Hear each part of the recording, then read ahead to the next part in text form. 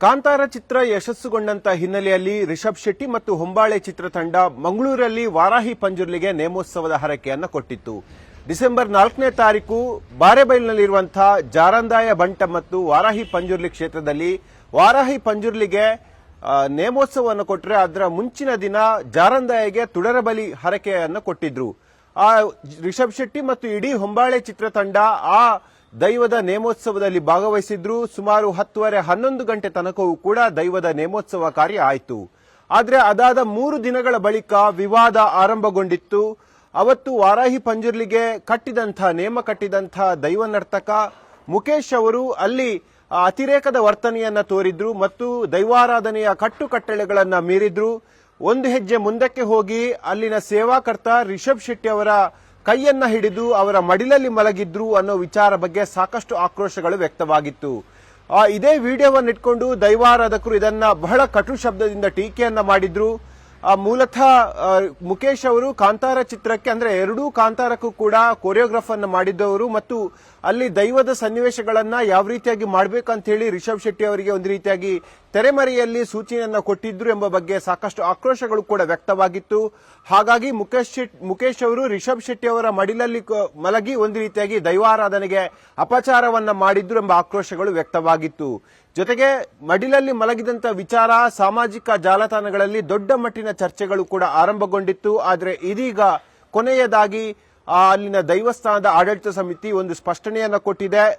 ವಾರಾಹಿ ಪಂಜುರ್ಲಿ ಮತ್ತು ಜಾರಂದಯ ದೈವದ ಮುಂದೆ ಸಾಮೂಹಿಕವಾಗಿ ಪ್ರಾರ್ಥನೆಯನ್ನ ಕೂಡ ಮಾಡಿದ್ದಾರೆ. ನಾವು ಯಾವುದೇ ಕಾರಣಕ್ಕೂ ದೈವಕ್ಕೆ ಅಪಚಾರವನ್ನು ಮಾಡಿಲ್ಲ, ದೈವಾರಾಧನೆಯ ಕಟ್ಟುಕಟ್ಟಳೆಗಳನ್ನ ಮೀರಿಲ್ಲ, ಉದ್ದೇಶಪೂರ್ವಕವಾಗಿ ದೈವಾರಾಧನೆಗೆ ಮತ್ತು ದೈವಾರಾಧನೆಯ ಹೆಸರಲ್ಲಿ ನಮ್ಮ ದೈವಸ್ಥಾನಕ್ಕೆ ಅಪಚಾರವನ್ನ ಮಾಡಲಾಗ್ತಾ ಇದೆ, ವಾರಾಹಿ ಪಂಜುರ್ಲಿಗೆ ಅಪಚಾರವನ್ನ ಮಾಡಲಾಗ್ತಾ ಇದೆ ಎಂಬ ಆಕ್ರೋಶವನ್ನ ವ್ಯಕ್ತಪಡಿಸಿದ್ರು. ನಿನ್ನೆ ನಾನು ನರ್ತಕ ಮಾಡಿದಂತ ಆ ಬಟ್ಟೆಗಳೆಲ್ಲ ದಯವಿಟ್ಟು ಇರಲಿಲ್ಲ. ಇದು ತುಂಬಾ ಬೇಜಾರಾಗ್ತದೆ. ಸೈಕಲ್ ಕಚ್ಚೆ ಅಂತ ಒಂದು ಕಚ್ಚೆಗಳಿತ್ತು, ಬಿಳಿಯ ಬಟ್ಟೆಗಳಿತ್ತು. ಕೆಲವು ಕಡೆಗಳಲ್ಲಿ ಈ ಪಂಜುರ್ಲಿ ಅಂತ ದೈವಗಳಿಗೆ ಎನ್ನ ಬೂಲಿಯ ಆಗುವಾಗ 1-2-3 ಸಂಧಿ ಹೇಳುವಂತ ಪಾರ್ದಾನ ಹೇಳುವ ನಿಯಮ ಇತ್ತು. ಹೇಳ್ತಾ ಶರೀರವು ಅಲ್ಲೇ ಬಂದು ಅಲ್ಲೇ ಬೀಳುವುದು ಮತ್ತೆ ಅಲ್ಲಿಂದ ಕರ್ಕೊಂಡು ಹೋಗಿ ಅರ್ಧಲಕ್ಕೆ ಕೊಂಡೋಗಿ ಕೂತ್ಕೊಳ್ಳೋದು. ಇದು ಬಿಟ್ಟರೆ ಈ ರೀತಿಯಾಗಿ ನಿಮ್ಗೆ ನೋಡಿ, ಇನ್ನೊಂದು ಅಲ್ಲಿ ನೀವು ಗಮನಿಸಿರ್ಬಹುದು, ಒಂದು ತಡಪೆ ಅಂತ ಇಲ್ಲಿರ್ತದೆ. ಆ ತಡಪೆಯಲ್ಲಿ ಇವರು ಪಡಿಯಕ್ಕಿ ಕೊಡ್ತಾರೆ. ತಡಪೆಯಲ್ಲಿ ಅಲ್ಲ, ಪಂಚಕುರ್ವೆ ಅಂತ ಇಲ್ಲಿ ನನ್ನ ಗಾಡಿಯಲ್ಲೇ ಇದೆ, ಬೇಕಾದ್ರೆ ತೋರಿಸಬಹುದು. ಆ ಪಂಚಕುರ್ವೆಯಲ್ಲಿ ನೀವು ಪಡಿಯಕ್ಕಿ ಕೊಡುವಂಥದ್ದು, ಆ ಪಡಿಯಕ್ಕಿಯನ್ನು ತೆಗೊಳ್ಳೋದು.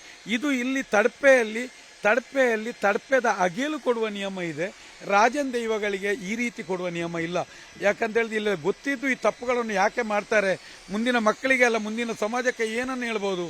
ಆಗಿರುವಾಗ ಅಲ್ಲಿ ಆ ಪಡಿಯಕ್ಕಿ ತೆಗೆದುಕೊಳ್ಳುವುದಾಗಲಿ ಮತ್ತೆ ನರ್ತನವನ್ನ ಆ ರೀತಿಯಾಗಿ ಮತ್ತೆ ರಾಜನ್ ದೈವಗಳಿಗೆ ಸಂಬಂಧಪಟ್ಟ ಗುರಿಕಾರನೋ ಯಜಮಾನನೋ ಪ್ರಾರ್ಥಿಸಿದ ನಂತರ ಶರೀರದಲ್ಲಿ ಬರುವಂತ ವಿಷಯ, ನೇರ ಶರೀರಕ್ಕೆ ಆಹ್ವಾನ ಆಗುವಂಥದ್ದು ದರ್ಶನ ಇಲ್ಲ. ಆಗಿರುವಾಗ ಅಲ್ಲೇ ದರ್ಶನ ಮಾಡುವಂಥದ್ದು, ಆ ಎಣ್ಣೆಯನ್ನು ಇದು ಮಾಡುವಂಥದ್ದು, ತಲೆಗೆ ತುಳಸಿ ಏನೇನ ಮತ್ತೆ ರಾಜನ್ ದೈವಗಳೆಲ್ಲ ನೇಮ ಒಪ್ಪಿಸುವುದಂತ ಹೇಳುವಂಥದ್ದು. ಅದು ಹೆಜ್ಜೆಯಿಂದ ಹೆಜ್ಜೆ, ನಿಮ್ಮ ಎಲ್ಲೇ ಚಿಕ್ಕ ಪೊಡಿ ಕುಣಿತ ಸಮೇತ ಅದಕ್ಕೆ ಇಲ್ಲ. ಅದು ಬರೇ ಒಂದು ಅಲ್ಲಿಯ ಬದಲಿಲು ಜಂಪ್ ಮಾಡುವಂಥದ್ದು. ಹಾಗಾದ್ರೆ ಅದು ಈ ರೀತಿ ಹೊರಳಾಡುವ ದೈವಗಳು ಇಲ್ವಾ? ಇದೆ. ನಮ್ಮ ದೈವದಲ್ಲಿ ಪೊಸಪ್ಪೆ ಅಂತ ಇದೆ, ಅದು ಹೊರಳ್ತದೆ. ಹಾಗಂತೇಳಿ ಸೊಂಟವೇ ಹೊರಳಾಡುವ ಇಲ್ಲ, ಸೊಂಟವೇ ಇಲ್ಲದೆ ಬಿದ್ದಲ್ಲಿ ಅಪ್ಪನೆ ಕೊಡುವಂತ ಕೆಲಿಂಜದ ಉಳ್ಳಾಲ್ತಿ ಇದೆ, ಇಂತಹದ್ದೇ ಇಲ್ಲಿದೆ. ಹಾಗಾದ್ರೆ ಒಟ್ಟಿನಲ್ಲಿ ಅಲ್ಲಿ ಇರುವಂತಹ ಕರ್ತಲೆಯನ್ನು ಮುಟ್ಟುವುದಾಗಲಿ, ಆ ಎಣ್ಣೆ ಬೂಲೆ ತೆಗೊಳ್ಳುವುದಾಗಲಿ, ಆ ಬಟ್ಟೆಗಳನ್ನಾಗಲಿ ಮತ್ತೆ ಆ ರಿಷಬ್ ಶೆಟ್ಟಿಯ ನಿಮ್ಗೆ ತೊಡೆಯಲ್ಲಿ ಬೀಳುವುದು, ಕೈ ಮುಗಿಯುವುದು, ಮುಟ್ಟುವುದು, ಇದೆಲ್ಲ ಮಾಡ್ಲಿಕ್ಕಿಲ್ಲ. ಒಂದು ವೇಳೆ ಯಾಕಂತ ಹೇಳಿದ್ರೆ ಅದು ಎಲ್ಲವೂ ನಿಮಗೆ ಬಂದದ್ದು ಅಲ್ಲಿಯ ದೈವಾರಾಧನೆಯ ನಿಯಮಕ್ಕೆ ಖಂಡಿತವಾಗಿ ತಪ್ಪಾಗಿದೆ, ಸರಿ ಅಲ್ಲ ಅಂತ ಹೇಳುವಂತ. ಇವತ್ತು ಇಡೀ ಗ್ರಾಮಸ್ಥರು ಸೇರಿ ಅಲ್ಲಿ ಒಂದು ಸಭೆಯನ್ನ ಮಾಡಿದ್ರು. ಸಭೆಯ ನಂತರವಾಗಿ ಆ ಸಾಮೂಹಿಕ ಪ್ರಾರ್ಥನೆಗಳು ಕೂಡ ಅಲ್ಲಿ ಆಯ್ತು. ಆ ಸಾಮೂಹಿಕ ಪ್ರಾರ್ಥನೆಯಲ್ಲಿ ಅವರು ಕೇಳಿಕೊಂಡಂತ ವಿಚಾರ ಏನಂದ್ರೆ, ಆ ವ್ಯವಸ್ಥಿತವಾಗಿ ಆದಂತಹ ಹರಕೆಯ ನೇಮೋತ್ಸವ ಇದು. ಹರಕೆ ನೇಮ ಕೊಡುವ ಮುಂಚೆ ಜಾರಂದಾಯ ದೈವದ ಬಳಿ ಅನುಮತಿಯನ್ನು ಕೂಡ ಕೇಳಿದ್ವಿ. ದೀಪಾವಳಿಯ ಸಂದರ್ಭದಲ್ಲಿ ತುಡರಬಲಿ ಆಗುವಂತ ಸಂದರ್ಭದಲ್ಲಿ ಆ ರಿಷಬ್ ಶೆಟ್ಟಿ ಮತ್ತು ಹೊಂಬಾಳೆ ತಂಡ ಈ ರೀತಿಯಾಗಿ ಹರಕೆಯ ನೇಮೋತ್ಸವವನ್ನು ಕೊಡಬೇಕಂತ ಹೇಳಿ ಮನದ ಆಸೆಯನ್ನ ವ್ಯಕ್ತಪಡಿಸಿದೆ. ಅದಕ್ಕೆ ದೈವಗಳಾದಂಥ ತಮ್ಮ ಉತ್ತರ ಏನು ಎಂಬ ಪ್ರಶ್ನೆಯನ್ನ ಕೇಳಿದಂತ ಸಂದರ್ಭದಲ್ಲಿ ಆ ದೈವ ಹೂವನ್ನ ಕೊಟ್ಟು ಅಂದ್ರೆ ಹಿಂಗಾರದ ಎಸಳನ್ನ ಕೊಟ್ಟು ಅಲ್ಲಿ ಒಪ್ಪಿಗೆಯನ್ನ ಕೊಟ್ಟಿತ್ತು.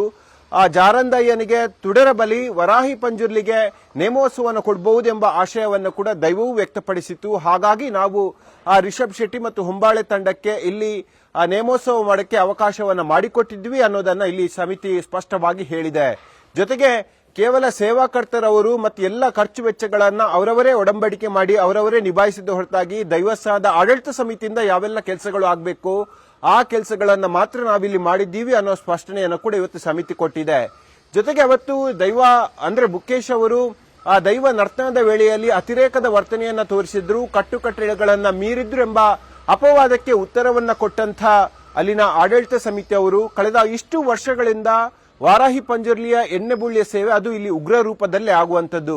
ಕ್ಷೇತ್ರದ ಕಟ್ಟುಕಟ್ಟಳೆ ಪ್ರಕಾರವಾಗಿ ಅವತ್ತು ಆ ಮುಖೇಶ್ ಅವರು ಉಗ್ರ ರೂಪದಲ್ಲೇ ಅಂದ್ರೆ ಮುಖೇಶ್ ದೈವವಾಗಿ ಮಾರ್ಪಟ್ಟು ಉಗ್ರ ರೂಪದಲ್ಲಿ ಎಣ್ಣೆ ಬುಳ್ಳಿಯನ್ನು ಪಡೆದುಕೊಂಡ್ರು ಹೊರತಾಗಿ ಇದರಲ್ಲಿ ಯಾವುದೇ ರೀತಿಯಾಗಿ ಹೊಸ ನಿಯಮಗಳನ್ನು ನಾವು ಸೇರಿಸಿಲ್ಲ, ಈ ಕ್ಷೇತ್ರಕ್ಕೆ ವಿರುದ್ಧವಾದಂತಹ ಕಟ್ಟುಕಟ್ಟಳೆಯನ್ನು ನಾವು ಮಾಡಿಲ್ಲ ಎಂಬ ಸ್ಪಷ್ಟವಾದ ಹೇಳಿಕೆಗಳನ್ನು ಇವತ್ತು ಮಾಧ್ಯಮಗಳ ಮುಂದೆ ಅಲ್ಲಿ ಆಡಳಿತ ಸಮಿತಿ ಕೊಟ್ಟರು. ಎಲ್ಲ ಟಿವಿ ಮಾಧ್ಯಮಗಳಲ್ಲಿ ಅದು ಒಂದೇ ಚರ್ಚೆ ಬಂದಿದೆ. ಒಬ್ಬ ಭಕ್ತ ಸೇವೆ ಕೊಟ್ಟ ಎಂಬ ವಿಚಾರ ಇಲ್ಲ.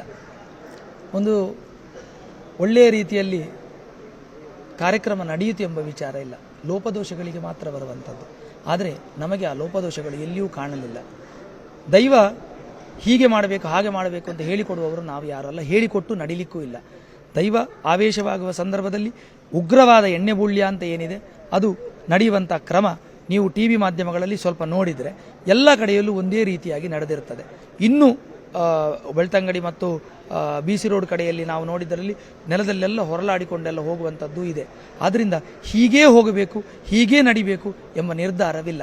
ದೈವ ನಮ್ಮ ದೈವ ಏನು ಕೆಲಸವನ್ನು ಮಾಡಿದೆ ಅದು ದೈವ ಮಾಡಿದೆ ಎಂಬಂಥ ನಂಬಿಕೆ ಅದು. ಮತ್ತೆ ಈ ಟಿವಿ ಮಾಧ್ಯಮದಲ್ಲಿ ಕಾಣುವಾಗ ಕಾಲಬುಡದ ಮಡಿಲಲ್ಲಿ ಬಿದ್ದಾಗೆ ಕಾಣ್ತದೆ. ಆದರೆ ಅದು ನಿಂತುಕೊಂಡು ಕೈಯನ್ನು ಹಿಡಿದುಕೊಂಡು ಮೊದಲು ಗುತ್ತಿನವರಿಗೆ, ತದನಂತರ ಆಡಳಿತ ಒಬ್ಬರು ಇಲ್ಲಿ ನಡೆಸಿಕೊಂಡು ಬರುವವರಿದ್ದಾರೆ ಅಧ್ಯಕ್ಷರು, ಅವರ ಕೈಯಲ್ಲಿ, ಮತ್ತೆ 2 ಬೇರೆಯವರಿದ್ದರು ಗುತ್ತಿನವರು, ಅವರ ಕೈಯನ್ನು ಹಿಡಿದುಕೊಂಡು ಆ ರೀತಿಯಲ್ಲಿ ಅವರ ಹತ್ರವೂ ಬಿದ್ದಿತ್ತು.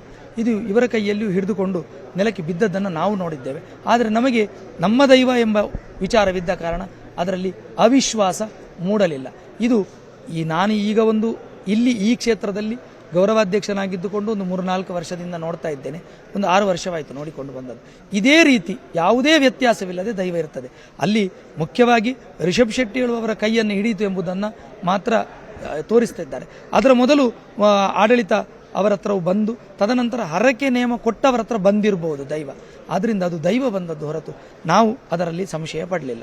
ಆ ಬಳಿಕ ಸಾಕಷ್ಟು ಇಲ್ಲಿ ವಿಚಾರಗಳನ್ನ ಪ್ರಸ್ತಾಪ ಮಾಡಲಾಯಿತು. ಯಾಕೆಂದ್ರೆ ನೇರವಾಗಿ ತಮ್ಮಣ್ಣ ಶೆಟ್ಟಿ ಎಂಬ ದೈವಾರಾಧಕರು ಈ ವಿಚಾರವನ್ನ ಆರಂಭದಲ್ಲಿ ತೆಗೆದಿರುವಂತದ್ದು, ಈ ರೀತಿಯಾಗಿ ಮಡಿಲಲ್ಲಿ ಮಲಗುವಂಥದ್ದು, ದೈವಸ್ಥಾನದ ಒಳಗೆ ಹೋಗಿ ಕರ್ಸಲಿಯನ್ನ ತಂದು ಅದನ್ನ ತಲೆಗೆ ಬಡಿಯುವಂಥದ್ದು, ಬಟ್ಟಲನ್ನ ಈ ರೀತಿಯಾಗಿ ಬಡಿಯುವಂತಹ ಸಂಪ್ರದಾಯ ಎಲ್ಲೂ ಕೂಡ ಇಲ್ಲ ಎಂಬ ಬಗ್ಗೆ ಅಲ್ಲಿ ಮಾತುಕತೆಗಳನ್ನ ತಮ್ಮಣ್ಣ ಶೆಟ್ಟಿ ಅವರು ಹೇಳಿದ್ರು. ತಮ್ಮಣ್ಣ ಶೆಟ್ಟಿ ಅವರು ಹೇಳುವಾಗ ಒಂದು ವಿಚಾರವನ್ನು ಹೇಳಿದ್ರು, ವಾರಾಹಿ ಪಂಜುರ್ಲಿ ಅದು ರಾಜನ್ ದೈವ ಅಂದ್ರೆ ಒಂದು ಗ್ರಾಮಕ್ಕೆ ಸಂಬಂಧಪಟ್ಟಂತ ದೈವ ಎಂಬ ವಿಚಾರವನ್ನು ಹೇಳಿದ್ರು. ಅದಕ್ಕೂ ಕೂಡ ಇವತ್ತು ಅಲ್ಲಿನ ಆಡಳಿತ ಸಮಿತಿ ಸ್ಪಷ್ಟನೆ ಕೊಟ್ಟಿದೆ. ಅಲ್ಲಿರುವಂತಹ ಜಾರಂದ ಏನಿದೆ ಅನ್ನೋದು ಅರಸು ದೈವ, ಇಡೀ ಗ್ರಾಮಕ್ಕೆ ಸಂಬಂಧಪಟ್ಟಂತ ದೈವ. ಪಕ್ಕದಲ್ಲಿರುವಂತಹ ವಾರಾಹಿ ಪಂಜುರ್ಲಿ ಈ ಹಿಂದೆ ಬ್ರಾಹ್ಮಣ ಕುಟುಂಬ ಆರಾಧನೆ ಮಾಡಿಕೊಂಡಿರುವಂತಹ ದೈವ. ಅದನ್ನ ಪಕ್ಕದಲ್ಲೇ ಇಟ್ಟು ಪ್ರಶ್ನೆ ಚಿಂತನೆಯ ಮೂಲಕವಾಗಿ ಅದನ್ನ ಆರಾಧನೆ ಮಾಡಲಾಗ್ತಾ ಇದೆ. ಅದು ಗ್ರಾಮ ದೈವ ಅಲ್ಲ, ಅಲ್ಲಿ ಊರವರು ಆರಾಧಿಸುವಂತಹ ದೈವ, ಅದು ಆ ಕ್ಷೇತ್ರಕ್ಕೆ ಸಂಬಂಧಪಟ್ಟಂತಹ ದೈವ ಎಂಬ ಸ್ಪಷ್ಟನೆಯನ್ನ ಕೊಟ್ಟಿದೆ. ಆ ತಮ್ಮಣ್ಣ ಶೆಟ್ಟಿ ಅವರು ಹೇಳೋ ಪ್ರಕಾರವಾಗಿ ಆ ರಿಷಬ್ ಶೆಟ್ಟಿ ಅವರಿಗೆ ಸ್ವಾಮಿ ಕಾರ್ಯವನ್ನ ಮಾಡೋಕೆ ಈ ರೀತಿಯಾಗಿ ಮುಖೇಶ್ ಅವರು ಅಂದ್ರೆ ಸ್ವಾಮಿ ವಂದನೆಯನ್ನ ಮಾಡೋಕೆ ಈ ರೀತಿಯಾಗಿ ಮುಖೇಶ್ ಅವರು ಆ ತೊಡೆಯಲ್ಲಿ ಮಲಗಿ ಈ ರೀತಿಯ ವರ್ತನೆಗಳನ್ನ ಮಾಡಿದ್ದಾರೆ. ಇದು ದೈವಾರಾಧನೆಯ ಕಟ್ಟುಕಟ್ಟಳೆಗೆ ಬಹಳ ವಿರುದ್ಧವಾಗಿರುವಂತದ್ದು. ದೈವ ಯಾವತ್ತೂ ಕೂಡ ಹರಕೆ ಕರ್ತ ಅಂದ್ರೆ ಯಾರು ಸೇವೆ ರೂಪಿಯಲ್ಲಿ ಕೋಲವನ್ನ ಕೊಡ್ತಾನೋ ಅವನ ಕೈ ಹಿಡಿದು ಈ ರೀತಿಯಾಗಿ ಮಾಡುವಂತಹ ಪ್ರಮೇಯ ಇರೋದಿಲ್ಲ. ಆ ಗುತ್ತು ಬರ್ಕೆಯವರು, ಗ್ರಾಮಸ್ಥ ಹಿರಿಯರು, ದೈವಸ್ಥಾನದ ಪ್ರಮುಖರು ಅವರ ಕೈಯನ್ನ ಹಿಡಿದು ಈ ರೀತಿಯಾಗಿ ದೈವದ ಭಾಷೆಯಲ್ಲಿ ಮಾತುಕತೆಗಳು ಆಗುತ್ತೆ ಹೊರತಾಗಿ ಆ ಹರಕೆ ರೂಪದಲ್ಲಿ ಕೊಡುವಂತಹ ಸೇವಾಕರ್ತನ ಕೈಯಲ್ಲಿ ಹಿಡಿದು ಈ ರೀತಿಯಾಗಿ ಮಾಡುವಂಥದ್ದು, ಅವನ ಮೈ ಮೇಲೆ ಅಥವಾ ಕಾಲ್ ಮೇಲೆ ಬೀಳುವಂತಹ ಯಾವುದೇ ರೀತಿಯಾಗಿ ಪ್ರಸಂಗಗಳು ದೈವಾರಾಧನೆಯ ಕಟ್ಟುಕಟ್ಟಳೆಯಲ್ಲಿ ಇಲ್ಲ ಎಂಬ ಆರೋಪವನ್ನ ತಮ್ಮಣ್ಣ ಶೆಟ್ಟಿ ಅವರು ಮಾಡಿದ್ರು. ಈ ಆರೋಪಗಳಿಗೂ ಕೂಡ ಇವತ್ತು ಆಡಳಿತ ಸಮಿತಿ ಒಂದು ಉತ್ತರವನ್ನ ಕೊಟ್ಟಿದೆ. ಅಲ್ಲಿ ದೈವಾರಾಧನೆಗೆ ಅಂದ್ರೆ ಎಣ್ಣೆ ಬುಳ್ಳೆ ತೆಗೆದುಕೊಳ್ಳುವಂತಹ ಸಂದರ್ಭದಲ್ಲಿ ಊರಿನ 10 ಸಮಸ್ತರು ಹಾಕುವಂತಹ ಪುಷ್ಪದಿಂದ ದೈವ ಆವೇಶ ಆಗೋದು, ದೈವ ಆವೇಶ ಆದ ಬಳಿಕ ಹೀಗೆ ಮಾಡಬೇಕು, ಇಂತಿಷ್ಟೇ ಇರಬೇಕು, ಇಂಥದ್ದೇ ನಿಯಮಗಳನ್ನ ಮಾಡಬೇಕು ಅಂತ ಹೇಳಿ ನಾವು ಮುಂಚಿತವಾಗಿಯೇ ಆ ದೈವ ನರ್ತಕನಿಗೆ ಹೇಳೋ ಹಾಗಿಲ್ಲ. ದೈವ ಆವೇಶವಾದ ಬಳಿಕ ಅದೆಲ್ಲವೂ ಕೂಡ ದೈವ ಇಚ್ಛೆ ಅಂತ ಹೇಳಿ ನಾವು ಭಾವಿಸುವವರು ಎಂಬ ಉತ್ತರವನ್ನ ಕೊಟ್ಟಿದ್ದಾರೆ. ಜೊತೆಗೆ ಆ ರಿಷಬ್ ಶೆಟ್ಟಿ ಅವರ ಬಳಿ ಬಂದು ಅವರ ಕೈಯನ್ನ ಹಿಡಿದು ಅವರ ಕಾಲಿನ ಬಳಿ ಒಂದಿದೆ ಜಾರಿ ಬಿದ್ದಂತ ಸನ್ನಿವೇಶ ಕೂಡ ಇದಾಗಿರುವಂತದ್ದು. ಇದರ ಹೊರತಾಗಿ ಅವರ ಮಡಿಲಲ್ಲಿ ದೈವ ಮಲಗಿಲ್ಲ ಎಂಬ ಸ್ಪಷ್ಟನೆಯನ್ನು ಇವತ್ತು ಅಲ್ಲಿನ ಪ್ರಮುಖರು ಪ್ರಸನ್ನ ರವಿ ಅವರು ಕೊಡ್ತಾ ಇದ್ದಾರೆ. ಟಿವಿ ಮಾಧ್ಯಮಕ್ಕಿಂತ ಜಾಸ್ತಿ ಕೆಲವೊಂದು ವ್ಯಕ್ತಿಗಳು ಆಡಳಿತ ಮಂಡಳಿ ಸರಿ ಇಲ್ಲ, ನೀವು ಹಣ ತಗೊಂಡಿದ್ದೀರಿ, ದೈವನರ್ತಕ ಸರಿ ಇಲ್ಲ, ಅವನನ್ನು ತೆಗೆಯಬೇಕು ಕೆಲಸದಿಂದ, 5 ಲಕ್ಷ, ಇಂಥ ವಿಚಾರಗಳನ್ನು ತಪ್ಪು ಮಾಹಿತಿಯನ್ನು ಸಾರ್ವಜನಿಕರಿಗೆ ನೀಡ್ತಾ ಇದ್ದಾರೆ. ಇಲ್ಲಿ ಅಂಥ ಘಟನೆ ಯಾವುದೂ ನಡೆಯಲಿಲ್ಲ. ಒಳ್ಳೆಯ ರೀತಿಯಲ್ಲಿ ಎಷ್ಟು ಮಕ್ಕಳು ನಿಸ್ವಾರ್ಥವಾಗಿ ಸೇವೆಯನ್ನು ಸಲ್ಲಿಸಿದ್ದಾರೆ, ಪರಿಶ್ರಮ ಬಿಟ್ಟಿದ್ದಾರೆ. ನಮಗೊಂದು ಸಂತೋಷ, ನಮ್ಮ ದೈವಕ್ಕೊಬ್ಬರು ನೇಮ ಕೊಟ್ಟರು ಅಂತ. ಈಗ ಫೆಬ್ರವರಿ ತಿಂಗಳಲ್ಲಿ ಮತ್ತೆ ಒಂದು ನೇಮ ಇದೆ, ಅವರದ್ದಲ್ಲ ಬೇರೆಯವರದ್ದು. ಇನ್ನು ಇದು ಕಟ್ಟುಪಾಡಾಗಿಕೊಂಡು ಹೋಗ್ತದೆ ನೇಮದ್ದು. ಪ್ರತಿಯೊಂದು ಕ್ಷೇತ್ರ ಬೆಳಗಬೇಕು, ಕಷ್ಟ ಉಂಟು ಬೆಳಗಲಿಕ್ಕೆ. ಬೆಳಗುವಾಗಿ ಇಂಥವರು ಬಂದು ನಾನು ಹೇಳಿದಂತೆ ಕೇಳಬೇಕು ಅಂತ ಕಿರುಚಲಿಕ್ಕೆ ಶುರು ಮಾಡ್ತಾರೆ. ಆಗ ಸಾರ್ವಜನಿಕರು ಯಾರು ಕೂಡ ಏನು ಹೆದರಬೇಡಿ. ನೀವೀಗ ದೊಡ್ಡ ದೊಡ್ಡ ಕ್ಷೇತ್ರ ಕಲ್ಲಡ್ಕದ ವಿಷಯಗಳೆಲ್ಲ ಬಂತು, ಅದರ ಆಚೆಯ ಕ್ಷೇತ್ರಗಳಲ್ಲೆಲ್ಲ ಉಪದ್ರ ಆದದ್ದೆಲ್ಲ ಬಂತು, ಎಂಥ ಮನೆತನ ಒಡೆದದ್ದು ಬಂತು, ಕೆಲವು ಮನೆಯಲ್ಲಿ ಹೋಗಿ ದರ್ಶನಕ್ಕೆ ನಿಂತದ್ದು ಬಂತು, ಕೆಲವು ಪೂಜಾರಿಗಳನ್ನು ಬ್ರಾಹ್ಮಣರನ್ನು ಅವಹೇಳನ ಮಾಡಿದ್ದು ಬಂತು. ಮಾಡಿದ್ದನ್ನು ಬಿಡಿ, ದೈವದೇವರನ್ನು ನಿಜವಾಗಿ ನಂಬಿ ನಿಮ್ಮ ಆತ್ಮದಲ್ಲಿ ಆ ದೈವದೇವರನ್ನು ನೀವು ನಂಬಿಕೊಂಡು ನಿಮಗೆ ಆ ದೈವದೇವರು ಸದಾ ರಕ್ಷಣೆಯನ್ನು ಕೊಡ್ತಾರೆ ಹೊರತು ಇಂಥ ಉಪದ್ರಗಳಿಗೆ ಯಾವುದಕ್ಕೂ ಕಿವಿ ಕೊಡಬೇಡಿ.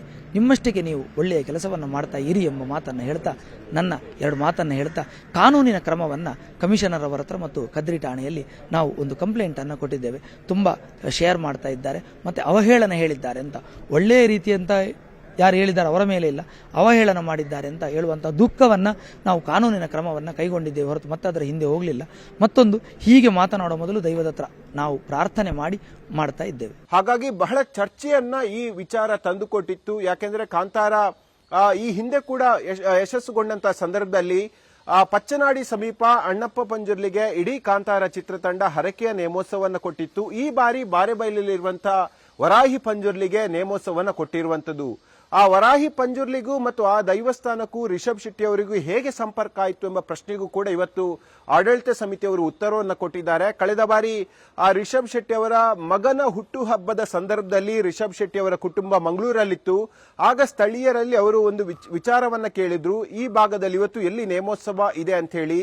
ಅವತ್ತು ಆ ದೈವಸ್ಥಾನ ಅಂದ್ರೆ ವಾರಾಹಿ ಆ ದೈವದ ನೇಮೋತ್ಸವ, ವಾರ್ಷಿಕ ನೇಮೋತ್ಸವ ಅಲ್ಲಿ ಆಗಿತ್ತು. ಹಾಗಾಗಿ ರಿಷಬ್ ಶೆಟ್ಟಿ ಯಾರಿಗೂ ಹೇಳದೆ ಕುಟುಂಬ ಸಮೇತವಾಗಿ ಆ ವಾರಾಹಿ ಪಂಜುರ್ಲಿಯ ನೇಮೋತ್ಸವದಲ್ಲಿ ಭಾಗವಹಿಸಿದ್ರು. ಅವರ ಇಡೀ ಕುಟುಂಬ ಆ ಪ್ರಕ್ರಿಯೆಯಲ್ಲಿ ಭಾಗವಹಿತ್ತು. ನಾವು ಯಾರು ಆಹ್ವಾನ ಕೊಟ್ಟು ಬಂದಿರೋದಲ್ಲ, ಅವರೇ ವಿಚಾರವನ್ನು ತಿಳಿದು ಬಂದಿರುವಂತದ್ದು. ಆ ಬಳಿಕ ಕೆಲ ಸಮಯದ ಬಳಿಕ ಆ ವಾರಾಹಿ ಪಂಜುರ್ಲಿಗೆ ನನಗೆ ನೇಮೋತ್ಸವವನ್ನು ಕೊಡಬೇಕು ಎಂಬುದರ ಬಗ್ಗೆ ಹೇಳಿಕೊಂಡಿದ್ರು.